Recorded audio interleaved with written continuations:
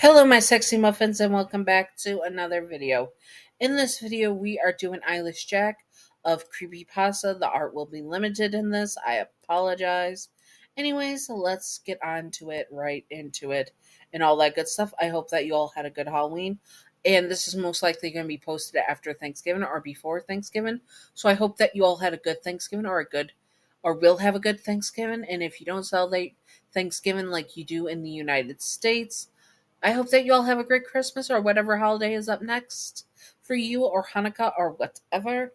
And yes, let's do it. Disclaimer: Eyeless Jack is not Yandere in canon.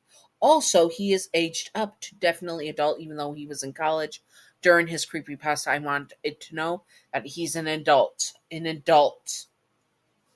This is just for fun and not to be taken seriously at all. Simping for fictional characters and yanderes is fine, just do not be illegal or gross about it. You know who you are. Yanderes and anyone like creepypastas are not ideal partners to have in real life. Also, remember to separate fiction from reality and headcanon from canon. Oh, thank you.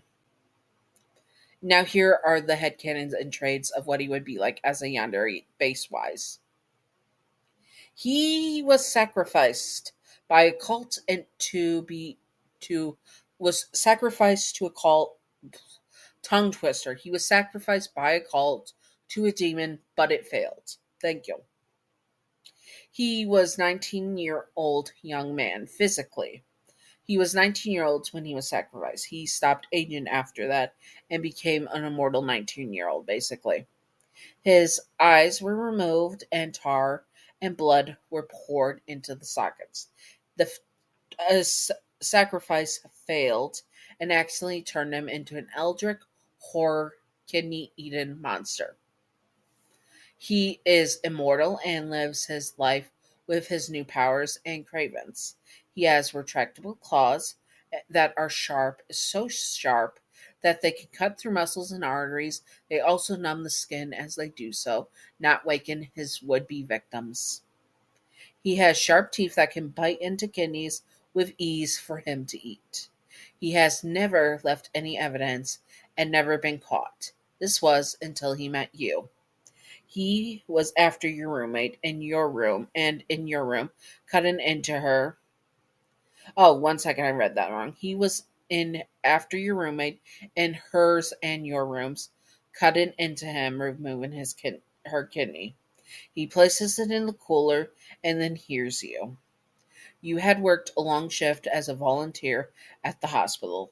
You go to check on your roommate in your guys' shared room. He was ready to kill you until his eyes landed on you. The shock and horror on your face made him feel something he has never felt. He was stunned that you were able to get away screaming of he was so stunned that you were able to get away screaming for help. But that had only given him a chance to catch you. Unfortunately, you escaped. He escaped as well, but with his kidney as for his meal for that night. But also, he could not stop thinking about you. You were the person that he could not get his mind off, and it was driving him crazy. He needed to see you again. So he crept into your home. Your roommate was in the hospital, and you were passed out in your bed. He watched you as you slept and looked at you so innocent and biteable. He knew that he would have to just take one little bite. That was it. That's all he had to do.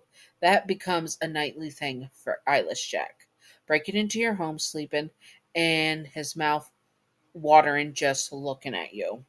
Eyeless Jack is an unstable type of yandere, at least with his feelings for you. He is still very, very skilled at not getting caught or leaving evidence. Eventually, just watching you at night for him is not enough. He needs more. So he would start to leave kidneys for you in a sick, twisted way of courting you.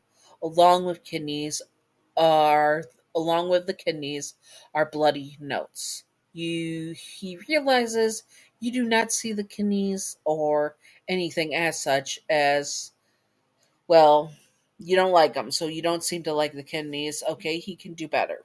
He has plans. So he will start to follow you, and anytime he sees with you with any man or woman and they talk to you, they would be the next victim of losing a vital organ, especially the men. And that vital organ would be left for you. With rivals, though, he has always taken their hearts after torturing them. Of course, he wants to make sure they suffer painfully before removing their hearts. Once their hearts are removed, they are left for you. You would be losing your mind, and finally, he sees you're going on a date, sees you kissing that date. He does not waste any time, a single second at all, and rushes there, shoving his hand into the man's back while kissing you and ripping their heart out of their back. Blood on your face and in your mouth as your date hits the ground. He would then throw you over his shoulder and go back to the Creepypasta mansion, where he will make you eat the hearts. After that, he confesses to his love to you. If you accept his love, most likely due to fear, he is over the moon and kisses you with bloody lips. If you say no, which by the way, totally justified, he is over the. Oh, sorry, reread that sentence. He is angry and knocks you out. He will train you to love him. You will love him. Mark his words. In the end, he will have you and you will be his, and you will love him, and he will make you immortal. You will be his sweet little Eldrick darling forever and ever. He is the very possessive type and very, very, very deadly type. He is also very, very unstable, as I said before, and very dangerous. But he's also cool and calculated. As I said before, he does not leave evidence. So with rivals, he did not leave evidence unless he wanted to leave evidence. And he's never going to get caught. He's always a step ahead of you as a Yandere, and you're not going to win with him. So you might as well give in to his love.